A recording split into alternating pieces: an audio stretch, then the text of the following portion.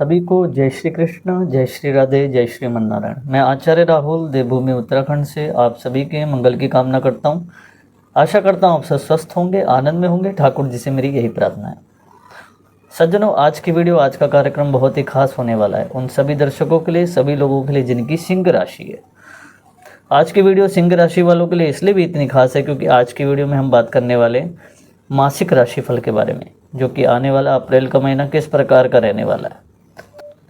सिंह राशि वालों के लिए जानकारी बहुत ही महत्वपूर्ण होने वाली है क्योंकि सज्जनों, शनि की ढैया भी 29 मार्च से सिंह राशि वालों पे लगने वाली है।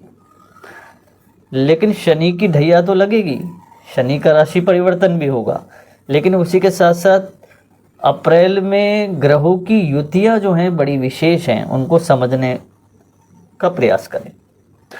विशेष रूप से आप देखिए कि बहुत ही सुंदर ग्रहों की युतियाँ बन रही हैं जो कहीं ना कहीं सिंह राशि वालों को सपोर्ट करने वाली हैं। धन को लेकर, विशेष रूप से कह रहा हूँ मैं, धन को लेकर, व्यापार को लेकर और लाभ को लेकर, क्योंकि पंचग्रही योग का निर्माण और विशेष रूप से गुरु का केंद्र में बैठना, मंगल का लाभ भाव में जाना, ये कहीं ना कहीं गुड न्यूज़ और शुभ संकेत लेके आ रहा है। लेकिन कहीं ना कहीं देखिए सपोर्ट मिलेगा। हालांकि शनि की ढैया लगेगी, लेकिन तभी भी ग्रहों का सपोर्ट किस प्रकार दिख रहा है देखिए, समझिए। सबसे पहले आपका चार्ट लगा है, सिंह राशि चार्ट की ओर देखिए आपके द्वितीय भाव में केतु हैं, इस समय गोचर कर रहे हैं, और अष्टम भाव में पंचग्रही योग बन रहा है।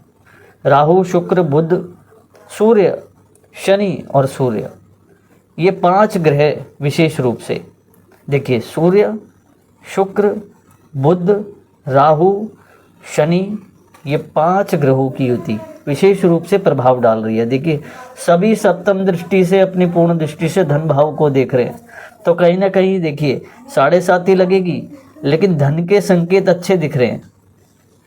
धन तो खूब आएगा, पैसा खूब आएगा। इसी के साथ साथ देखिए गुरु केंद्र में बैठे हैं, 10वें भाव में। राज्य, सम्मान, नौकरी, व्यापार, विशेष रूप से आप देखेंगे कि कहीं ना कहीं गुरु का सपोर्ट आपको मिल रहा है। क्योंकि सबसे बड़ी समझने वाली बात इसमें ये होती है कि गुरु जब केंद्र में बैठते हैं तो कहीं ना कहीं फल में भेद हो जाता है, यानी कि जो विपरीत फल आपको मिलने होते हैं वो कहीं ना कहीं सकारात्मक रूप से आपको मिलते हैं। तो कहीं ना कहीं गुरु सपोर्ट कर रहा है। अभी इनके फलों को बताऊंगा। अभी मैं विशेष रूप से बता रहा हूं आपको कि कुंडली में कहाँ गोचर कर रहे हैं, तो आपका चार्ट में ध्यान रखें। इसी प्रकार देखिए मंगल लाभ भाव में, एकादश भाव में मंगल है। हालांकि 2 ग्रहों का विशेष रूप से परिवर्तन, मंगल जो है 5 अप्रैल से कर्क राशि में चले जाएंगे, यानी कि आपके एकादश भाव से निकल के द्वादश भाव में। और इसी के साथ साथ सूर्य जैसे अभी वर्तमान में मीन राशि में है, तो 14 अप्रैल से मेष राशि में चले जाएंगे। ये परिवर्तन विशेष रूप से होगा। अब बात कर लेते हैं ग्रहों की, किस प्रकार का फल मिलेगा। देखिए सबसे पहले तो देखिए केतु जो है द्वितीय भाव में बैठे हैं। केतु कहीं ना कहीं द्वितीय भाव में आते हैं तो ऋण बढ़ाते हैं, या तो ऋण आप या तो कर्जा किसी से लेंगे या तो कर्जा किसी को देंगे। ये 2 विषय है। हालांकि केतु कुल से उन्नति, ज्योतिष शास्त्र में कहते हैं केतु कुल की उन्नति करते हैं, लेकिन ये बात समझने वाली है कि केतु जो है ऋण लेते भी हैं और देते भी हैं, मतलब ये द्वि स्वभाव है, लेन देन का विषय है। इसमें बहुत सावधानी आपको रखने का, आपको एक ध्यान रखना चाहिए। इसी के साथ साथ पंचग्रही योग के बारे में बात कर लें तो विशेष रूप से परिवार पक्ष से आपको बहुत सपोर्ट मिलने वाला है।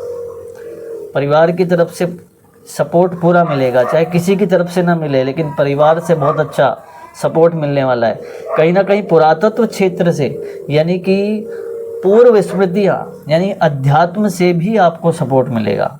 और कहीं ना कहीं अध्यात्म से सपोर्ट मिलना शनि की ढैया में कहीं ना कहीं इफ़ेक्ट जरूर डालेगा, तो आपको बैलेंस बना के रखेगा।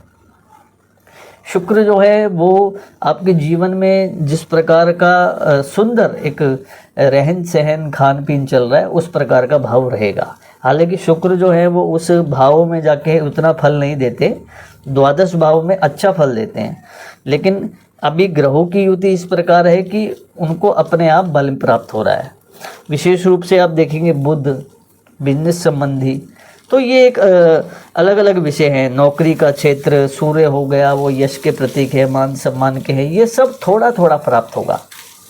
लेकिन अब सबसे मेन बात करते हैं, गुरु केंद्र में बैठे हैं, तो कहीं ना कहीं आप देखेंगे गुरु बहुत अच्छा इफेक्ट डालेंगे।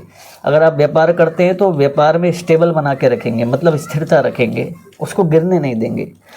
कहीं ना कहीं आप देखेंगे कि अगर आप नौकरी करते हैं, गवर्नमेंट जॉब करते हैं, प्राइवेट जॉब करते हैं, तो उसमें बैलेंस रहेगा। हालांकि काम तो बढ़ने वाला है, काम का लोड ज़्यादा बढ़ेगा, परिवार में तो अच्छी खुशहाली का माहौल रहेगा, लेकिन जिस भी कंपनी या नौकरी में आप काम करते हैं उसमें थोड़ा सा आपको तनाव हो सकता है, काम का लोड बढ़ सकता है, या फिर अपने सीनियर से किसी से आपका टकराव हो सकता है।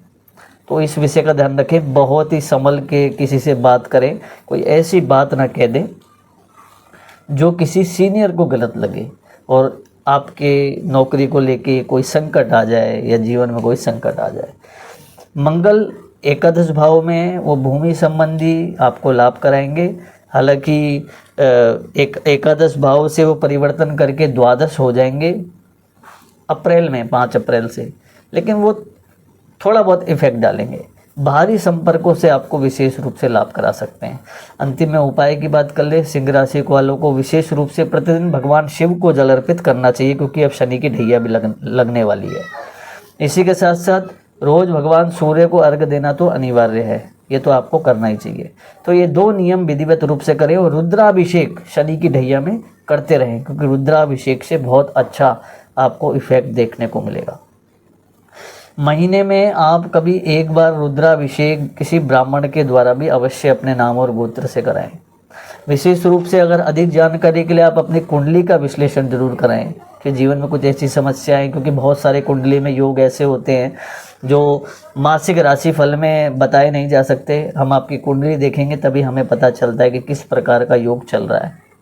तो इस विषय का भी ध्यान रखना परम आवश्यक होता है, क्योंकि कई लोग जो हैं वो राशि फल तो देखते हैं लेकिन कुंडली का विश्लेषण नहीं कराते। क्या पता आपकी कुंडली में काल सर्प योग हो, क्या पता आपकी कुंडली में गुरु चंडाल योग हो, क्या पता आपकी कुंडली में ग्रहण योग हो। ऐसे बहुत सारे योग हैं जिनके कारण जीवन में समस्या उत्पन्न होती है। तो वो समस्याएं विवाह से संबंधित भी आ सकती हैं। कई सिंह राशि वाले अब शनि की ढैया लगेगी तो विवाह संबंधित परेशानियां, जिनका विवाह नहीं हो रहा उनको भी समस्याएं आएंगी, या फिर जिनका विवाह हो रखा है उनके भी दाम्पत्य जीवन में थोड़ी बहुत समस्याएं आ सकती है। बोल चाल में, एक सोच में परिवर्तन हो सकता है, इस तरीके का भाव बन सकता है। या जिनकी संतान नहीं हो रही उनको भी दिक्कतें आ सकती हैं। कुछ समय के लिए ये परेशानी जो है वो फेस करनी पड़ेंगी, लेकिन इसके लिए ज्योतिष शास्त्र ने उपाय बताए हैं। शिव रुद्राभिषेक का सहारा लें और शिव को रोज जल अर्पित करें, उनका अभिषेक करें। आप देखेंगे कि जीवन में मंगलता आ रही है और आपको कितना भी संकट आ जाए लेकिन रास्ता अवश्य मिल रहा है। आशा करता हूँ मेरी बात आपको समझ में आएगी। तब तक के लिए बनी रहिए दोस्तों, मिलता हूँ नेक्स्ट वीडियो में। जय श्री कृष्ण, जय श्री राधे, जय